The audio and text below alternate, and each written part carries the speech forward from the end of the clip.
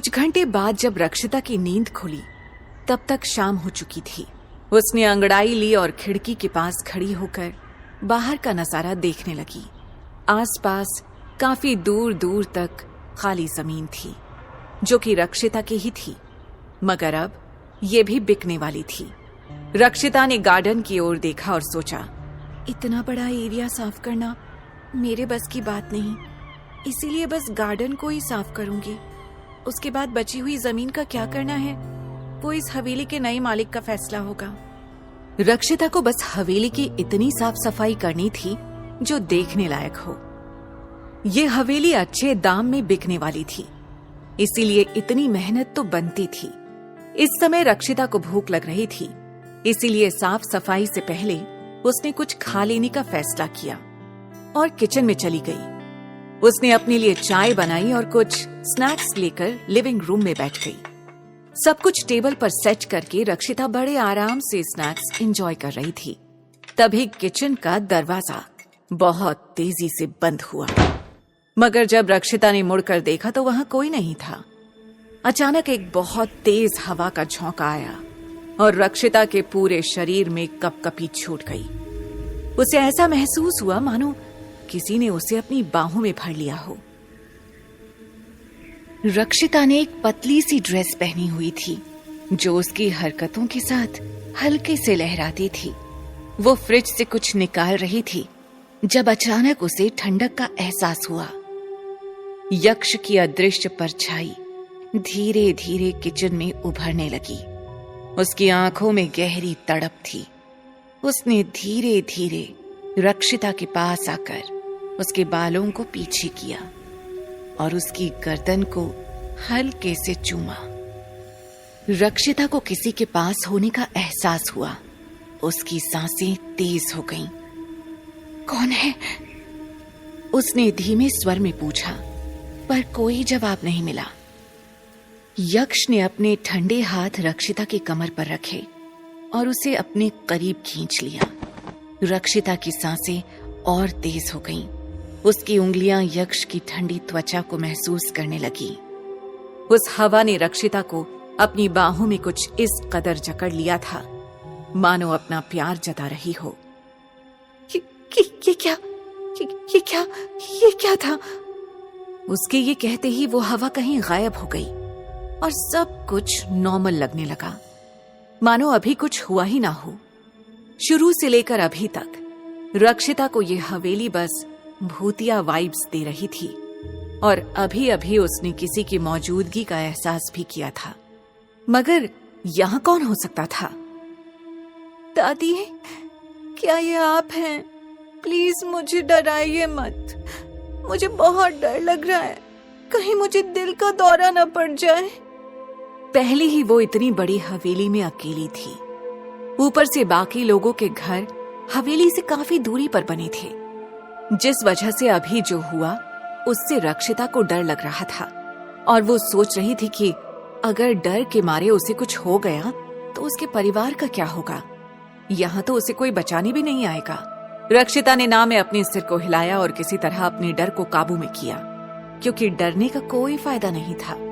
उसे हर हाल में इस हवेली के अंदर रहना था, हवेली को साफ करना था और फिर इसे बेचकर अपना कर्ज चुकाना था। रक्षिता जल्दी से किचन में गई और दरवाजा खोलकर अंदर नजर डाली, पर वहां कोई नहीं था। शायद मेरा वहम होगा और थकान के कारण मुझे चीजें महसूस हो रही हैं। दरवाजा पुराना हो गया है, इसीलिए इसका स्टॉपर खराब हो गया है और बाहर खिड़की से हवा आ रही है। मैं कुछ ज्यादा ही ओवरथिंक कर रही हूँ। उसने किचन के दरवाजे को खोलकर वहां एक कुर्सी रखी ताकि दरवाजा दोबारा से बंद ना हो जाए। फिर वो वापस अपनी जगह आकर बैठ गई। पता नहीं रक्षिता को क्या सूझा। उसने अपनी उंगली से पट्टी हटाकर देखी तो वो पूरी तरह हैरान रह गई, क्योंकि रक्षिता की उंगली पर जो घाव था वो भर चुका था। ऐसा बिल्कुल नहीं लग रहा था कि कुछ घंटों पहले यहां से बुरी तरह खून बह रहा था। क्या है ये सब? पहले अचानक उंगली से बहुत सारा खून बहना और अब घाव का गायब हो जाना, काफी अजीब सा है ये सब। ये हो क्या रहा है मेरे साथ? कुछ ही घंटों में घाव का ठीक होकर गायब हो जाना किसी जादू से कम नहीं था, और रक्षिता के साथ ऐसा पहली बार हुआ था। वो हैरान तो थी ही, मगर खुश भी थी। रक्षिता ने अंगूठी को सहलाते हुए कहा, लगता है ये कोई जादुई अंगूठी है। मेरे इस अंगूठी के पहनने के बाद से ही तो अजीबो गरीब चीजें हुई हैं। कोई तो राज है इस अंगूठी का, तभी इसे बेसमेंट में सहेज कर रखा हुआ था, और दादी वहां किसी को जाने भी नहीं देती थी। अंगूठी के जादुई होने की बात से रक्षिता ज्यादा हैरान नहीं थी, क्योंकि ये वो दुनिया थी जहां अलग अलग तरह के जीव जंतु रहते थे, चाहे वो प्रेत आत्माएं हों, यक्ष यक्षिणी हों, इच्छाधारी नाग नागिन हों, या फिर कुछ और। सभी तरह के प्राणी किसी मकसद से इंसान के भेष में इंसानों के बीच शांति से रहते थे। रक्षिता ने अपनी उंगली से उस अंगूठी को अलग करने की कोशिश की, मगर वो अंगूठी अपनी जगह से टस से मस नहीं हुई। रक्षिता को याद आया कि अंगूठी के अलावा उस डिब्बे पर कुछ शब्द लिखे हुए थे, जो कुछ इस तरह से थे, जो इस अंगूठी को ढूंढ कर पहन लेगा, ये अंगूठी उसी की हो जाएगी। इसका मतलब तो यही हुआ कि अब रक्षिता इस अंगूठी की मालकिन थी, क्योंकि ये अंगूठी उसने ही ढूंढ कर पहनी थी। फाइन, अब से ये अंगूठी मेरी ही उंगली में रहेगी। वैसे भी ये कोई चोरी का माल तो है नहीं, इसलिए मुझे घबराने की कोई जरूरत नहीं है। और फिर इसे उंगली से उतारना नामुमकिन सा है, और मेरे पास फालतू वक्त नहीं है। ये सब सोचते हुए रक्षिता अंगूठी को देखे जा रही थी। धीरे धीरे उसे ऐसा लग रहा था जैसे वो किसी सम्मोहन के वश में हो। रक्षिता के मुंह से खुद ब खुद निकला, till death do us apart. केवल मौत ही हमें एक दूसरे से जुदा कर सकती है। केवल मौत ही हमें एक दूसरे से जुदा कर सकती है। केवल मौत ही हमें एक दूसरे से जुदा कर सकती है। केवल मौत ही हमें एक दूसरे से जुदा कर सकती है। वो किसी मंत्र की तरह ये बात जप रही थी। धीरे धीरे पूरे लिविंग रूम में काले रंग का धुआं फैलने लगा, जिसे रक्षिता महसूस नहीं कर पाई। वो बस अंगूठी को देखे ही जा रही थी। तभी अचानक डोरबेल की आवाज सुनकर रक्षिता सम्मोहन से बाहर आई। उसने अपनी पलकें 2-3 बार झपकाई और मेन डोर की ओर देखा। शायद बाहर कोई खड़ा था। रक्षिता ने जल्दी से जाकर दरवाजा खोला तो बाहर प्लम्बर खड़ा था, जिसे रक्षिता ने सुबह ही नल और पाइप्स को रिपेयर करने के लिए बुलवाया था। प्लम्बर ने कहा, नमस्ते मैडम, माफ कीजिएगा, मैं किसी जरूरी काम के चलते सुबह नहीं आ पाया। कोई बात नहीं, आप अभी अपना काम शुरू कर सकते हैं। प्लम्बर ने पूछा, आपको पाइपलाइंस बदलवानी है? रक्षिता ने जवाब दिया, जी नहीं, जो टूट गया है उसे फिक्स करवाना है। मैं नहीं चाहती कि कहीं भी कोई लीकेज की दिक्कत हो। बाकी का काम नए ओनर अपने हिसाब से करवा लेंगे। उसने प्लम्बर को अंदर आने को कहा और सारा काम समझाया। शुरुआत किचन से हुई और लास्ट में रक्षिता प्लम्बर को बेसमेंट में ले गई, ताकि वहां वाले बाथरूम में कुछ फिक्स करने की जरूरत हो तो वो भी फिक्स कर दिया जाए। प्लम्बर ने बड़ी फुर्ती के साथ अपना सारा काम खत्म किया और अपने पैसे लेकर चला गया। रक्षिता ने मेन डोर बंद किया और सोचा, काफी शाम हो गई है, अब बाकी की साफ सफाई कल ही करूंगी। उसने फैसला किया कि वो जल्दी खाना खाकर सो जाएगी, ताकि सुबह जल्दी उठकर बाकी की साफ सफाई कर सके। रक्षिता जल्दी जल्दी इस हवेली को बेच देना चाहती थी, ताकि वो सारा कर्ज चुकाकर अपनी माँ और छोटे भाई बहन को अच्छी जिंदगी दे सके। इस हवेली को बेचने के बाद रक्षिता एक नई नौकरी ढूंढने वाली थी, क्योंकि उसे उसकी पुरानी नौकरी से निकाल दिया गया था। नौकरी ढूंढने के बाद उसे किसी तरह अपनी माँ का इलाज करवाना था, ताकि उन्हें और तकलीफ से ना गुजरना पड़े। अपने प्लान के बारे में सोचते सोचते रक्षिता किचन में चली गई। थकान के कारण उसका ज्यादा कुछ करने का मन नहीं था, इसलिए उसने बहुत ही सिंपल सा खाना बनाया, जो काफी जल्दी बनकर तैयार हो गया था। खाना खाने के दौरान रक्षिता की नजर अंगूठी पर पड़ी और वो आज के पूरे दिन के बारे में सोचने लगी। आज का दिन बाकी दिनों से काफी ज्यादा अलग था। आज ही के दिन उसका हवेली में आना, वो चमगादड़, हवेली से अजीबो गरीब वाइब्स का आना, बेसमेंट में रखा सामान, बार बार सम्मोहन सा महसूस करना और फिर ये अंगूठी। ये अंगूठी जादुई थी, इस बात को लेकर रक्षिता पूरी तरह श्योर थी। पता नहीं ऐसा क्या खास था रक्षिता में कि ये अंगूठी उसकी उंगली से चिपक ही गई थी। नहीं निकलती तो ना निकले, जब तक इस अंगूठी से मुझे कोई नुकसान नहीं होता तब तक मुझे इससे कोई दिक्कत नहीं है। वैसे भी ये काफी सुंदर और यूनिक है और मेरी उंगली में काफी अच्छी भी लग रही है, इसलिए ये ऐसे ही ठीक है।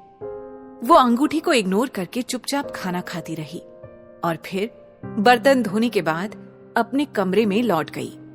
कमरे में आने के बाद रक्षिता ने अपना फोन चेक किया। वहां उसकी माँ और कुछ दोस्तों के मैसेजेस थे। रक्षिता ने अपनी माँ को हवेली की हालत के बारे में बताया और ये भी कहा कि सब कुछ उसके कंट्रोल में है और उसे ज्यादा कोई दिक्कत नहीं हो रही है। अपने दोस्तों के टेक्स्ट के रिप्लाई करने के बाद रक्षिता अपना तौलिया और नाइट सूट लेकर बाथरूम में चली गई ताकि सोने से पहले शावर ले सके। उसने अंदर जाकर शावर चलाया तो भाप ने पूरे बाथरूम को धुंधला बना दिया था और उसके दिल की धड़कन तेज हो रही थी। मेरी हार्ट बीट क्यों बढ़ रही है? तभी उसे अचानक एक ठंडक का एहसास हुआ। उसे ऐसा लगा जैसे कोई आ गया है। यक्ष ने धीरे धीरे रक्षिता के गीले बदन को अपने हाथों से छुआ। उसकी ठंडक ने रक्षिता के शरीर में एक अजीब सी सिहरन पैदा कर दी। वो यक्ष को ना देख पा रही थी ना सुन पा रही थी, वो बस उसे महसूस कर पा रही थी। तुम्हारी ये गर्माहट मुझे हर बार तुम्हारे पास खींच लाती है, यक्ष ने कहा। यक्ष ने धीरे धीरे रक्षिता के गीले बदन को अपने हाथों से सहलाते हुए अपने करीब खींच लिया। उसकी उंगलियां रक्षिता की पीठ पर चलने लगी। उसकी हर टच से रक्षिता की धड़कन बढ़ने लगी। हमारा मिलन इसी तरह होगा, उसने अपने आप से कहा, हर रात, हर सपने में। इसलिए अब तुम जल्दी बाहर जाकर सो जाओ। रक्षिता ने अब बाथरूम में ज्यादा वक्त नहीं बिताया। शावर के बाद जब रक्षिता सिर्फ टॉवल में अपने बालों को कंघी कर रही थी, तब उसे फिर से महसूस हुआ कि कोई उसे देख रहा है। उसने पूरे कमरे में निगाहें दौड़ाई, मगर उसके अलावा तो वहां कोई भी नहीं था। एक अजीब सा डर रक्षिता के अंदर बैठ गया था कि इस हवेली में उसके अलावा भी कोई चीज मौजूद है, मगर इस बारे में पूरी तरह कुछ कहा नहीं जा सकता था।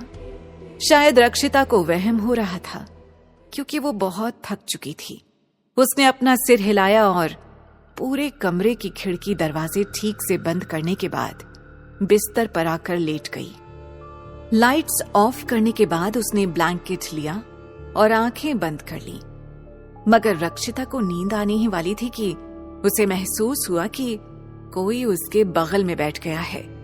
रक्षिता झटके से उठकर बैठ गई। लाइट्स ऑन की, मगर ये क्या, यहाँ तो कोई भी नहीं था। पता नहीं मेरे साथ क्या हो रहा है। मुझे ऐसा महसूस हो रहा है जैसे मेरे साथ साथ इस कमरे में कोई और भी मौजूद है, मगर मेरे अलावा यहाँ तो कोई भी नहीं है। मुझे फालतू में कुछ भी फील हो रहा है और अगर यही हाल रहा तो आज रात मैं डर के मारे सो ही नहीं पाऊंगी। मगर नींद बहुत जरूरी थी, इसीलिए रक्षिता ने लाइट्स ऑन ही रखी और दोबारा बिस्तर पर लेट गई। वो सोने की बहुत कोशिश कर रही थी, मगर उसकी आंखों से नींद कोसों दूर थी। आखिरकार करीब 1 घंटे बाद रक्षिता सो गई। उसके सोने के कुछ मिनट बाद कमरे में काले रंग का धुआं फैल गया और धुआं छटने के बाद कमरे के बीचों बीच यक्ष नजर आया।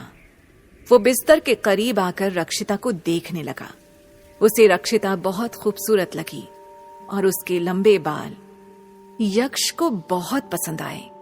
स्मृति भी तो थोड़ी बहुत ऐसी ही दिखती थी, यक्ष ने सोचते हुए कहा। उसने कई बार अपना सिर हिलाया और अपने अतीत को भूलने की कोशिश की। ये स्मृति के बारे में सोचने का समय नहीं था, वो सालों पुरानी बात थी। उसने रक्षिता के पैरों को अपने हाथों से छुआ और उसके पैरों को किस कर दिया।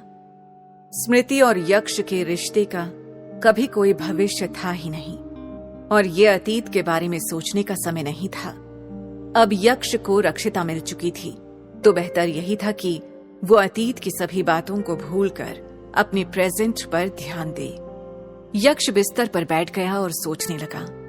स्मृति इस दुनिया से जा चुकी है और मुझे मेरी नई हमसफर मिल चुकी है। इस बार मैं पूरा ध्यान रखूंगा कि किसी भी तरह पुरानी गलती ना दोहराऊं। मुझे रक्षिता के साथ बहुत प्यार से पेश आना है और हर हाल में उसका साथ देना है। रक्षिता खुश रहेगी तो मैं भी खुश रहूंगा। मुझे मेरी आजादी मिल गई है और इस बार मैं कोई भी फालतू काम करने की बजाय इस आजादी का मजा लूंगा। इस ख्याल के साथ यक्ष भी ब्लैंकेट के अंदर घुस गया और रक्षिता को अपनी बाहों में लेकर सो गया।